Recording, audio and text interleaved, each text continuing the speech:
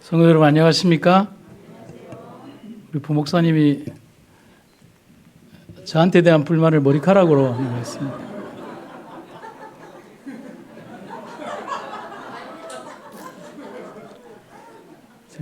제가 가만히 있지 않을 겁니다.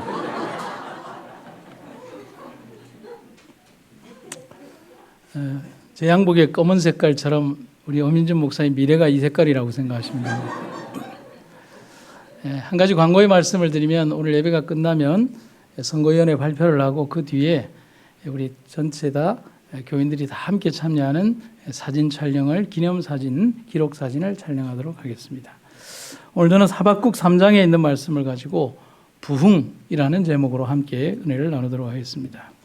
먼저 본문의 말씀을 보도록 하겠습니다. 여호와여 내가 주께 대한 소문을 듣고 놀랐나이다. 여호와여 주는 주의 일을 이 수년 내에 부흥하게 하옵소서. 이 수년 내에 나타내시옵소서. 진노 중에라도 긍휼을 잊지 마옵소서. 영감의 글은 이 부흥에 관하여 이런 글을 남기고 있습니다.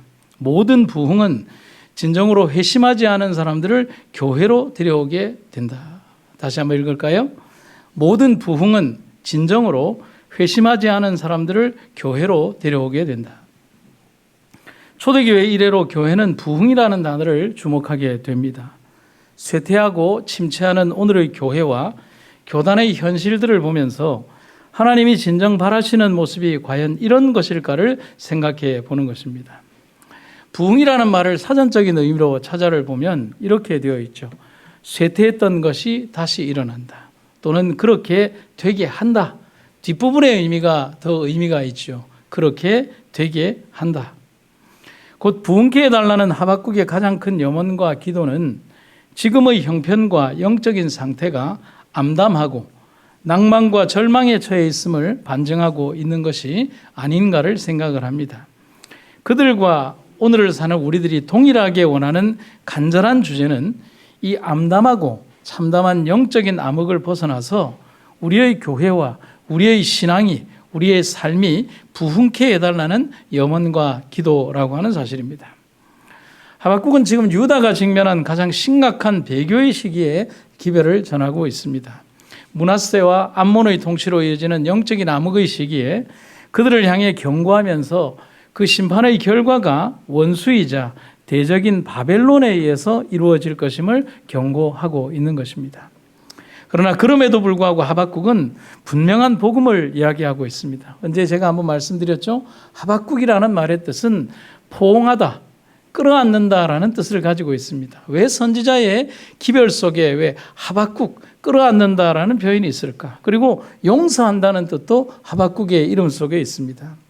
하박국의 이름 속에서 우리는 무엇을 볼 수 있냐면 아직도 죄인인 그들을 여전히 끌어안고 포옹하고 용서하시는 하나님의 사랑을 보게 된다는 사실입니다. 또한 하박국의 기도 속에서 우리가 볼 수 있는 것은 비록 지금은 아니지만 미래의 희망과 부흥을 담는 회복을 노래하는 하박국 선지자의 그 기별을 우리가 듣게 되는 겁니다. 우리는 오늘 하박국의 기도를 들으면서 진정한 부흥을 외치던 선지자의 기별을 생각을 해야 합니다. 그가 그토록 원하던 부흥은 진정 무엇이고 어디서 오는 것인가를 배우자는 것입니다. 여러분 그래서 여러분 부흥이 뭐라고 생각을 하십니까? 제가 생각하는 부흥이란 부흥이라는 옷을 입는 것과는 다르다는 겁니다. 사람들은 좋은 옷을 입고 좋은 차를 몰고 좋은 건물에 살면 인격이 상승되고 삶이 상승된다라고 생각을 합니다. 그렇게 착각들을 하죠. 큰 건물에 사람들이 모이고 많은 수가 모이면 그 교회에 부흥했다라고 얘기를 합니다.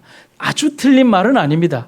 부흥하지 않으면 사람들이 모이지는 않겠죠. 그러나 그것만이 부흥의 전부일까요? 수십만 명이 모이는 그 교회가 과연 정말 하나님의 성령에 의해서 부흥했다라고 할 수가 있겠습니까? 그렇다고 적은 수가 모여서 기도하고 말씀 연구에만 매진하는 것이 부흥의 모든 것일까요? 저는 이렇게 말씀을 드리고 싶습니다. 참된 부흥이란 한 사람 개개인의 전 인격적인 변화가 부흥이라고 하는 겁니다. 새롭게 변화하는 것입니다. 많은 이들이 모이건 적은 이들이 모이건 부흥과 각성하는 것이 일어나는 곳이면 살아 움직이는 생명력을 느끼게 되는 것입니다. 산생명력, 초라함 속에 감추인 살아있음, 비록 화려한 옷을 입지는 않았지만 감추인 겸손함, 그러나 산듯하지만 죽은 사람들, 그럴듯하지만 그렇지 않은 모습들, 그것은 모두 다 죽은 모습이라는 사실인 것입니다. 사랑하는 여러분들, 오늘 우리는 살아있는 성도의 모습을 가지고 있습니까? 아니면 죽어있는 모습을 가지고 있는 겉모습만 살아있는 그런 빈털터리 모습의 신앙인들인가를 생각해 볼 필요가 있는 것입니다. 그래서 오늘 이 시간에 부흥케 해달라던 선지자의 간절한 기도를 기억하도록 합시다. 몇 가지를 한번 생각을 해 보도록 하겠습니다. 첫 번째, 부흥은 말씀 속에서 일어난다는 겁니다. 느헤미야 8장 5절과 6절, 8절, 9절에 있는 말씀을 읽도록 하겠습니다. 학사 에스라가 모든 백성 위에 서서 저희 목전에 책을 펴니 책을 펼 때에 모든 백성이 일어서니라. 에스라가 광대하신 하나님 여호와를 송축하며 모든 백성이 손을 들고 아멘 아멘 응답하고 몸을 굽혀 얼굴을 땅에 대고 여호와께 경배하였느니라. 하나님의 율법책을 낭독하고 그 뜻을 해석하여 백성으로 그 낭독하는 것을 다 깨닫게 하며 백성이 율법의 말씀을 듣고 다 우는지라. 율법서가 낭독이 되고 백성들은 하루 종일 말씀을 듣고 또 듣습니다. 새벽과 낮이 가고 저녁이 될 때까지 그들이 접한 말씀을 통하여 백성들은 자신들의 죄를 발견하게 됩니다. 그리고 그들은 하나님의 말씀 속에서 뜨거운 사랑을 발견한 겁니다. 여러분, 8세의 왕이 되었던 유다의 왕 요시야는 그의 제위 18년에 율법책을 발견했습니다. 성전을 수리하는 가운데 말입니다. 그리고 백성으로부터 자신에 이르기까지 거대한 말씀의 역사가 유대 전역을 감동시켰습니다. 분명히 말씀이 있는 곳에는 감동과 역사가 일어납니다. 그들이 그토록 바라던 유대 부흥의 역사가, 그리고 그들이 말로만 떠들던 그 역사가 삽시간에 율법책을 통하여 그것을 말씀으로 받아들이는 그 순간부터 유대 전역을 감싸고 있었다는 것입니다. 히브리서 4장 12절과 13절에 있는 말씀입니다. 하나님의 말씀은 살았고 운동력이 있어 좌우의 날선 어떤 검보다도 예리하여 혼과 영과 및 관절과 골수를 찔러 쪼개기까지 하며 또 마음의 생각과 뜻을 감찰하나니 지으신 것이 하나라도 그 앞에 나타나지 않음이 없고 오직 만물이 우리를 상관하시는 자의 눈앞에 벌거벗은 것 같이 드러나느니라. 성경은 곳곳에서 그 서두에서부터 하나님의 말씀의 능력을 선포하고 있습니다. 오늘 제가 잘 사용하는 성경책 하나 들고 나왔습니다. 좀 크죠? 이렇게 좀 믿음이 있노라 하면 이 정도는 커야 안 되겠습니까? 뭐 그런 뜻은 아니고 이제 눈이 안 좋아지다 보니까 글씨가 커야 돼서 이렇게 큰 걸 요즘 들고 다닙니다. 성경이 우리에게 말하는 것은 곳곳에서 그 서두에서부터 하나님의 말씀의 능력을 선포하고 있습니다.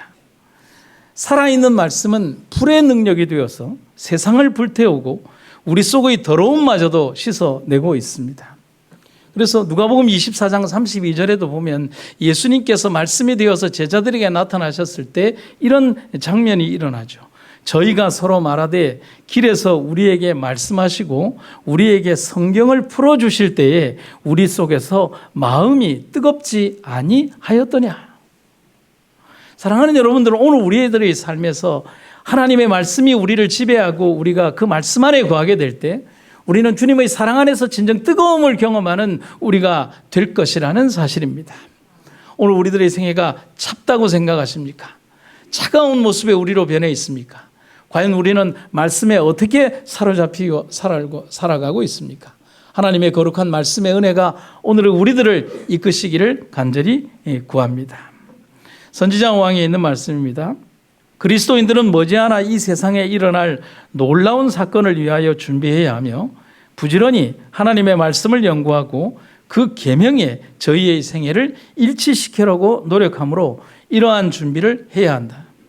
영원이라는 대주제는 진리가 도외시되는 상상의 신앙과 말과 형식만의 신앙 이상의 어떤 것을 우리에게 요구한다. 하나님께서는 부흥과 개혁을 요구하신다. 성경 말씀, 오직 성경만을 설교단에서 들을 수 있어야 한다. 하나님의 말씀으로 마음에 말하게 하라. 유전과 인간의 이론과 금언만을 들어온 자들로 하여금 영혼을 새롭게 하여 영생을 얻게 할 수 있는 하나님의 음성을 듣게 하라. 오늘 우리들의 설교자들에게 하는 말이기도 하지만은 매일의 삶을 살아가는 일상의 그리스도인들에게 말씀 없이도 살아가며 그것에 충족하며 만족하며 살아가는 우리들의 삶을 일깨우는 영감의 글이라는 사실을 우리가 잊지 마시기를 간절히 바랍니다. 종교개혁가 마르틴 루터는 후에 자신의 신앙에 대해서 이런 얘기를 하고 있습니다.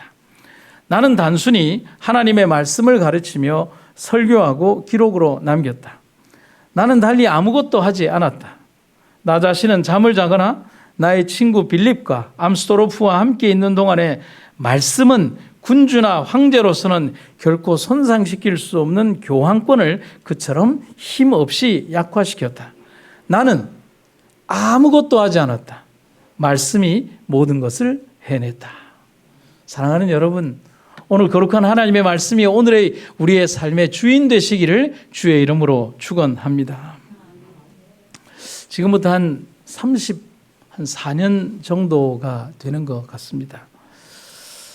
군대를 제대하고 복학하기까지 방학을 포함해서 한 9개월 정도의 시간이 남았습니다. 제가 동네교회 출신이거든요. 무엇을 할까?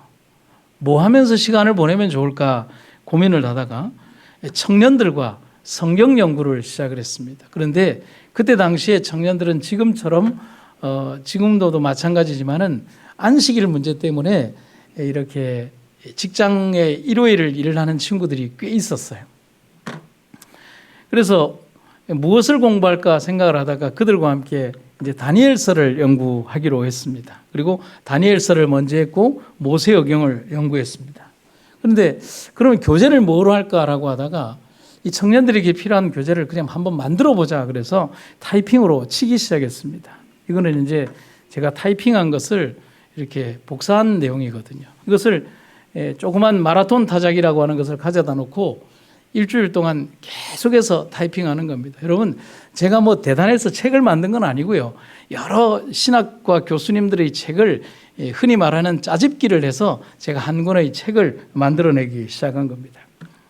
성경 연구 방법론 그런 거 잘 모릅니다. 신학과 뭐 2학년 마치고 군대 가가지고 제가 뭐 연구 방법론이 뭔지 뭐 원어가 뭔지 뭐 알겠습니까? 그냥 제 교과서는 우리 신학과 교수님들이 했던 그 책들을 이렇게 편집하고 썸머리하고 그렇게 해서 밤새도록 타이핑하고 일주일 내내 타이핑하는 겁니다. 그리고 나서 일주일 오후에 직장을 다녀온 청년들이 일요일 오후에 모입니다. 처음에 2명으로 시작을 했어요. 그런데 성경을 연구하다 보니까 자꾸 청년들이 많아지기 시작하는 겁니다. 그러면서 다른 청년들을 데려오고 또 일요일 날 안 오던 청년들이 오고 그러면서 청년들의 수요도 많아지고 그러면서 청년들의 숫자도 많아지기 시작하는 겁니다. 급기야 그 수가 10수명에서 20여 명에 이르는 거대한 반으로 진행이 된 거예요. 그때 가장 많은 감동과 부흥이 저희 동네교회 청년들에게 있었습니다. 교재는 매주 6장, 7장씩 뿌려지고 그래서 이게 하도 양이 많다 보니까 청년들이 그런 얘기를 하는 거예요. 우리 이게 그냥 이렇게 바인더로 하기에는 너무 어려우니까 책을 만들자라고 했습니다. 그래서 책자를 만들었습니다. 이게 그 책입니다. 돈이 없어서 인쇄소를 하는 장로님에게 이렇게 해 주십시오라고 했던 돈이 너무 비싸서 장로님이 얼마 든다고 하니까 그러면 저희들이 할 테니까 인쇄소를 빌려 주십시오라고 해서 저희들이 인쇄소에서 이제 한 일주일 동안 잠을 자면서 복사기를 계속 돌려서 책을 복사하고 이 원고를 복사하고 제본하고 만들었습니다. 흔히 말하는 떡제본이라고 해서 이 본드를 바르고 천을 대고 이렇게 밴딩을 한 겁니다. 그럼 이 책의 제목을 뭐라고 할까? 그래, 말씀이라고 하자. 그래서 만든 책자입니다. 이게 34년 전에 만든 건데 지금 이 책자입니다. 이렇게. 그때 만든 책자가 한정판으로 한 50권 만들었는데 이제 청년들 하나씩 가져가고 제가 3권을 가져와서 한 권은 우리 장인에게 점수 따려고 선물로 드리고 제가 가지고 있는데 한 권은 누가 가지고 갔는데 누가 가지고 갔는지 모르겠습니다. 그때 깨달은 한 가지의 진리가 있습니다. 부흥은 말씀 안에서 이루어집니다. 어떤 다른 방법으로 이루어지는 게 아닙니다. 제도나 프로그램이나 어떤 건물 속에서 이루어지는 것이 아니라 부흥은 말씀 안에서 이루어진다는 사실을 저는 그때나 지금이나 확신한다는 겁니다. 두 번째, 부흥은 우리의 기도 속에서 일어난다는 사실을 저는 분명히 여러분들에게 말씀드리고 싶습니다. 여러분, 기도는 하나님을 만나는 가장 적극적이고 능동적인 경험이 바로 기도입니다. 홀로 남겨졌던 이 땅의 선지자들과 부조들은 형장과 감옥에 홀로 남겨진 것이 아니었습니다. 그들은 무한하신 하나님과 열려있는 공간을 통해서 인간의 사슬로 결코 막을 수 없는 위대한 힘을 가지고 그곳에 함께 있었습니다. 인류의 편차가 60도를 넘나드는 반모섬에서도 뼈마저도 남지 않는 굶주린 사자들이 있는 그곳 죽음의 동굴에서도 수없이 많은 이들이 절하는 그 절박한 현장에서도 살기 위해서 하나님의 손을 붙들어야만 했던 혈루병 여인의 자리에서도 그들과 하나님을 엮어줄 수 있는 유일의 끈은 바로 그들이 가슴에서 드린 기도였다는 사실입니다. 오늘 우리들에게도 그 기도만이 하나님과 우리를 연결할 수 있다는 사실을 우리가 잊지 마시기를 간절히 바랍니다. 우리의 하늘 아버지께서는 세상의 부모들이 저희 자식들에게 좋은 선물을 주고 싶어하는 그 이상으로 당신께 구하는 자들에게 성령을 주시려고 하신다. 그러나 하나님께서 우리에게 당신의 축복을 허락하시는 약속에 대한 조건들을 성취시키는 것은 우리가 해야 할 일이며, 그 조건들이란 죄에 대한 자복, 겸비, 회개 및 열렬한 기도다. 신앙 부흥은 오직 기도에 대한 응답으로서 기대할 필요가 있다. 아멘입니까? 한번 다시 읽겠습니다.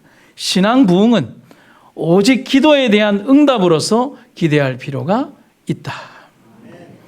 초대교회를 감동으로 이끈 불성령의 경험은 다락방 기도회의 결과였습니다. 기도하지 않는 교회, 기도하지 않는 백성, 기도 속에서 참된 길을 찾지 못하는 사람들은 부흥의 참된 원리를 알 수가 없습니다. 기도 속에는 능력이 있고 하나님에 대한 신뢰가 있고 사랑이 있고 원수를 용서해야 되는 참된 명령이 있고 그분과의 만남이 기도 속에 있습니다. 또한 환난을 이길 수 있는 힘과 지혜가 기도 속에 있고 지치지 않는 힘의 원천이 있습니다. 사랑하는 여러분, 오늘 우리는 바로 그러한 믿음의 원천이 되는 그러한 기도를 통하여 하나님과 만나고 계십니까? 그렇다면 여러분은 행복자입니다. 하늘의 고귀하고 아름다운 은혜가 여러분들의 기도 속에서 하나님과 함께하기를 간절히 바랍니다.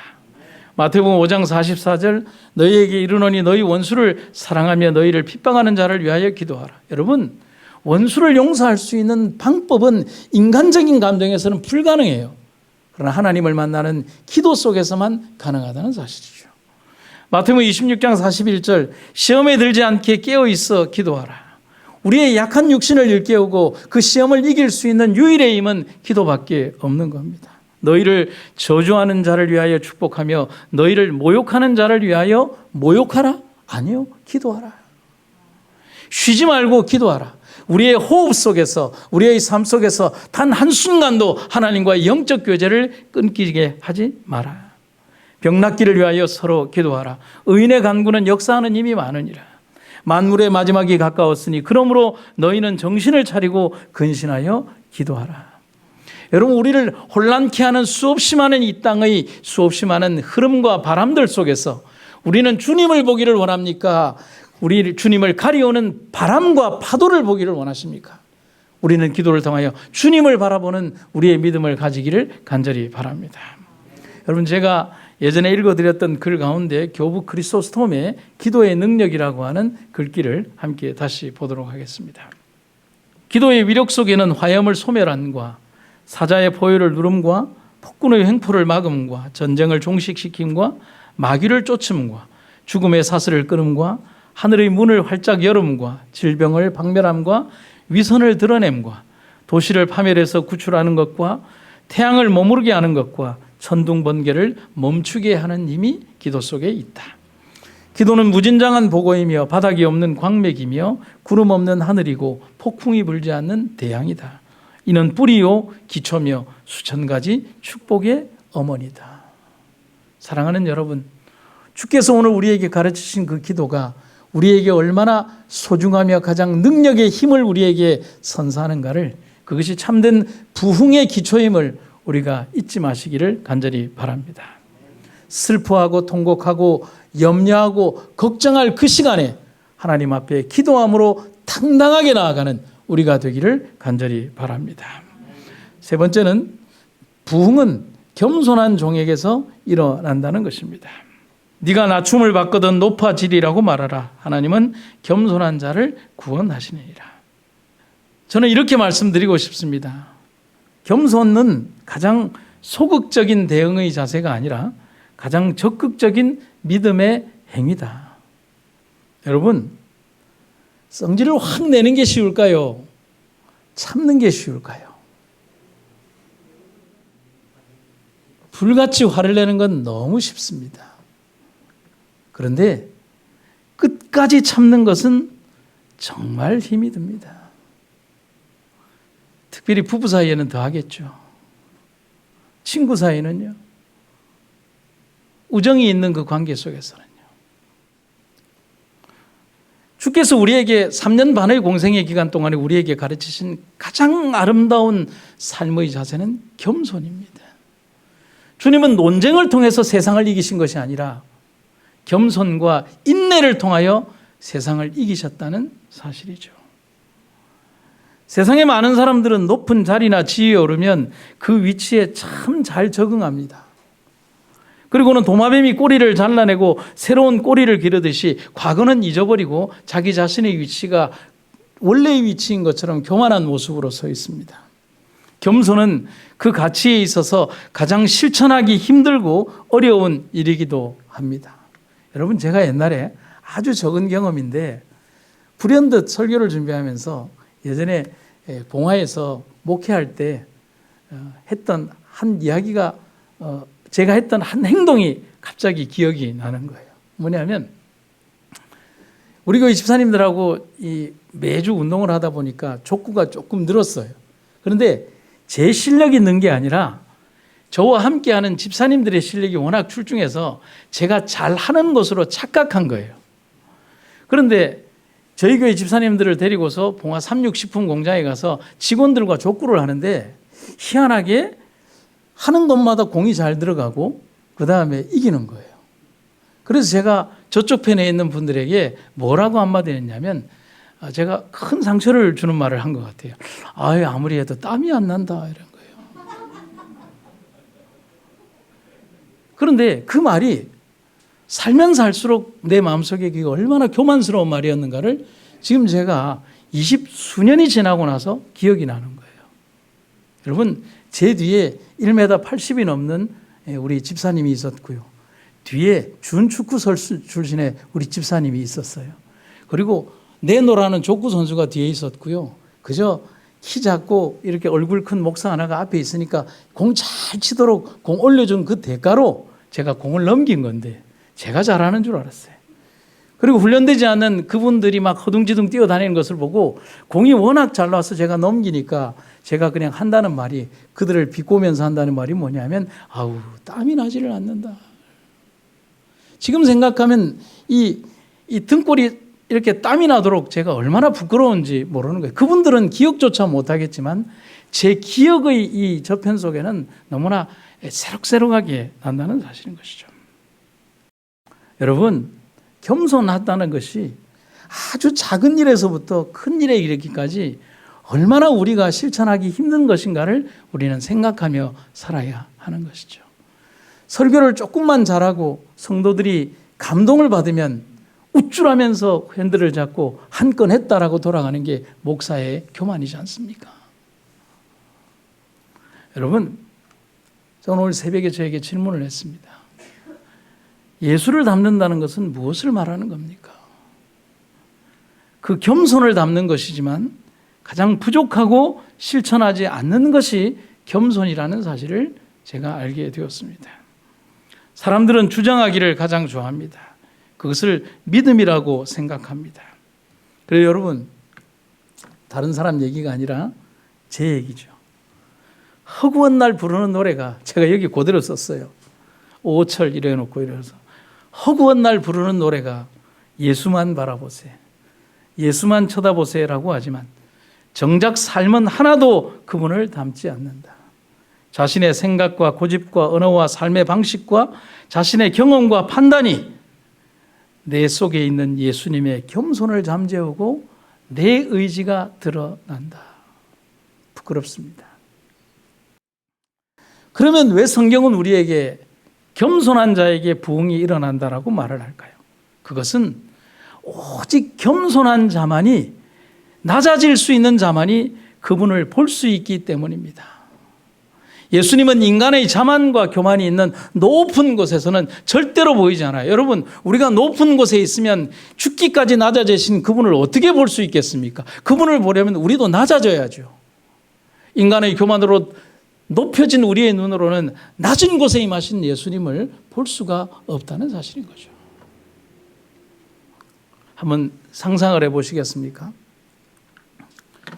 살기를 띠고 당당하게 돌을 든 군중의 눈에 예수님은 보이지 않습니다. 하지만 부끄러움으로 벌벌 떠는 가련한 여인의 눈에는 예수님이 보였습니다.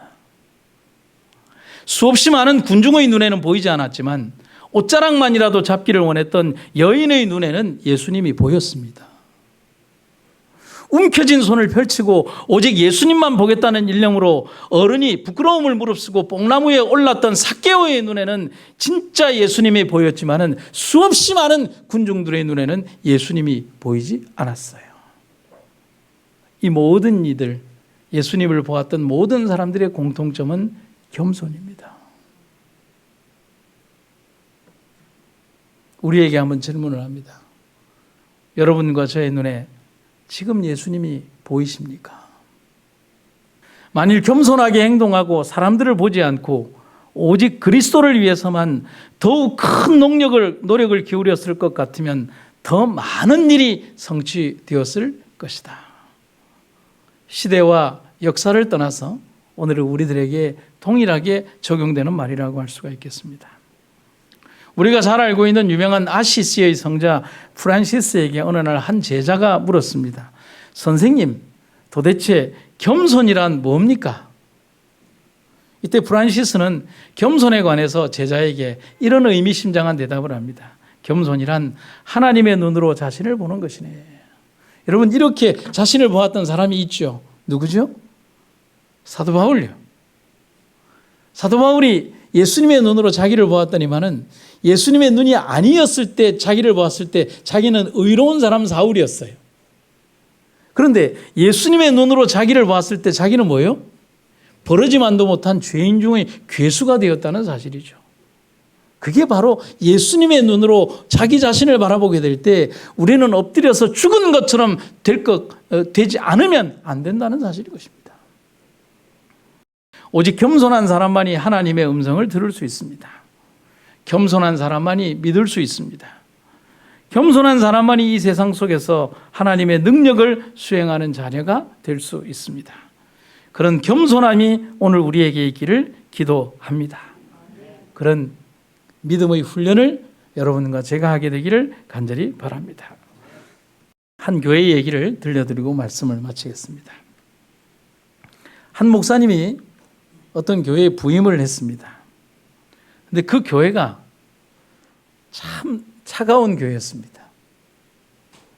무관심이 너무나 팽배한 교회였습니다. 목사님이 아무리 설교를 준비해도 교인들이 감동이 없었어요. 아무리 좋은 권면을 해도 소용이 없었습니다. 그러던 어느 날 목사님은 교인들에게 갑자기 부고장을, 누가 죽었다는 부고장을 성도들에게 보냈습니다. 장례식이 있으니 우리 성도들이 다 참여해 달라는 것이었습니다. 참여한 성도들은 누가 죽었는지도 모르고 확인하지도 않고 장례식이 났으니 형식적으로 교회에 가서 장례 예배나 참여하겠다고 교회로 왔습니다. 여러분, 미국 교회는 관을 이렇게 교회에다 놔놓고 마지막 조문하는 시간이 있지 않습니까? 사람들이 예배 드리면서 옆 사람을 쿡쿡 찌르면서 이렇게 얘기를 합니다. 누가 죽었대? 그러니까 몰라. 뭐 그냥 오라고 해서 온 거야. 이게 그들의 모습이었습니다. 이제 조문객들이 죽은 이의 얼굴을 줄을 지어서 참관하는 시간, 이제서야 누가 죽었는지에 대해서 볼 수 있다는 사실 때문에 그들이 궁금해서 슬픔에 누군가를 위로하기 위해서가 아니라 누군지 알기 위해서 이렇게 조문하러 올라왔습니다. 그런데 이상하게 그날만큼은 관이 아래에 비치된 것이 아니라 조금 높게 이 계단을 밟고 올라가서 서도록 그렇게 되어 있었습니다. 목사님이 특별히 저러는 거 보니까 돈이 많은 사람일까? 목사님 돈 많은 사람 좋아하잖아. 아니면 높은 지위의 사람일까? 한 사람씩 기대반으로 단에 올라가서 관 안을 쳐다보았습니다. 누구인지는 몰랐지만 모든 사람들의 반응은 동일했습니다. 기대감으로 올라가서 관을 쳐다보고는 한동안 얼어붙은 듯이 놀란 모습으로 주시하다가 고개를 숙이고 내려오고, 그리고 누구인지 말도 하지 않고 울면서 교회를 나갔습니다. 그 안에는 누가 죽었던 것일까요? 관 안에는 아무도 없었습니다. 단지 조문객의 얼굴을 비춰주는 거울만이 있었을 뿐입니다. 여러분, 질문드리죠. 죽은 자는 누굽니까? 예, 죽은 자는 이 교회에서, 그 교회에서 죽은 자는 바로 나였습니다. 이런 생각을 합니다. 이 교회가 진정 부흥하기를 원한다면 누군가 해주겠지라는 생각은 버려야 합니다. 비어있는 화요일 예배의 의자는 내가 있어야 할 자리입니다. 예배 시간에 사람이 없는 이유는 당신이 없기 때문입니다. 누군가가 없어서가 아닙니다. 예전 우리 교회는 안 이랬는데 지금은 왜 이럴까에 대한 대답은 그들이 변해서가 아니라 내가 변해서입니다. 내가 아닌 누가 할 것이라 생각한다면 분명 누군가 할 것입니다. 하지만 나는 아닙니다. 그 누군가가 하나님의 일을 하는 것입니다. 내 삶은 녹슬어도 누군가는 갈수록 빛이 납니다. 그렇군요. 난 살아있다 생각했는데 죽어가고 있음을 배우게 됩니다. 영광의 옷이 사라진 뒤에 겨우 나뭇잎으로 모든 것을 가릴 수 있다 생각한 내 심각한 착각이 오늘의 나를 울게 합니다. 사랑하는 성도 여러분, 누군가의 헌신과 누군가의 눈물과 누군가의 땀으로 이 교회를 채우려고 해서는 안 됩니다. 나는 아니어도 누군가가 해야 한다는 그런 어리석은 신앙으로 자신의 믿음을 보호하려고 해서도 안 됩니다. 어제의 믿음으로 오늘을 살려고 해서는 더더욱 안 됩니다. 과거에 믿음 안 좋았던 사람 누가 있습니까? 살려고 발버둥 치는 신앙이 없이는 산 게 아닙니다. 만족하지 마십시오. 사단은 그렇게 만만하지 않습니다. 살려고 발버둥 치는 자가 삽니다. 살려고 버둥버둥거리는 사람이 사는 거예요. 피투성이라도 살라고 말할 때 살려고 버둥버둥거리면서 살려달라고 말하는 자가 사는 겁니다. 그래서 하나님이 피투성이라도 살리는 이유입니다. 하나님의 간절한 부탁입니다. 부흥은 구호가 아닙니다.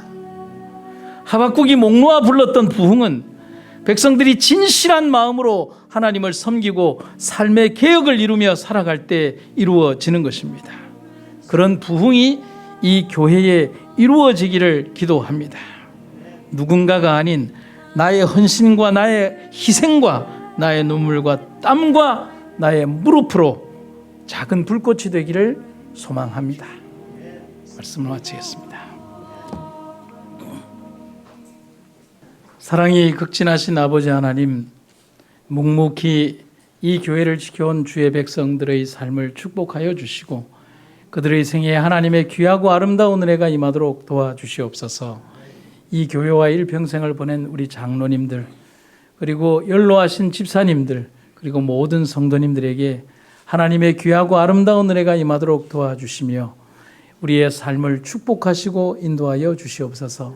비록 우리와 함께했던 이 건물은 쓰러지고 새로운 건축의 토대를 놓는 기초석이 되겠지만 이제 우리의 주님께서 세우신 영혼의 건축은 새로운 삶을 통하여 주님 오시기까지 건설하게 하여 주시옵소서. 주의 놀랍고 아름다운 은혜가 우리의 마음속 성전을 이루시기를 간절히 원하며 하늘의 고귀하고 아름다운 은혜가 우리를 복주시고 이끌어 주시옵소서. 예수님 이름으로 기도드립니다.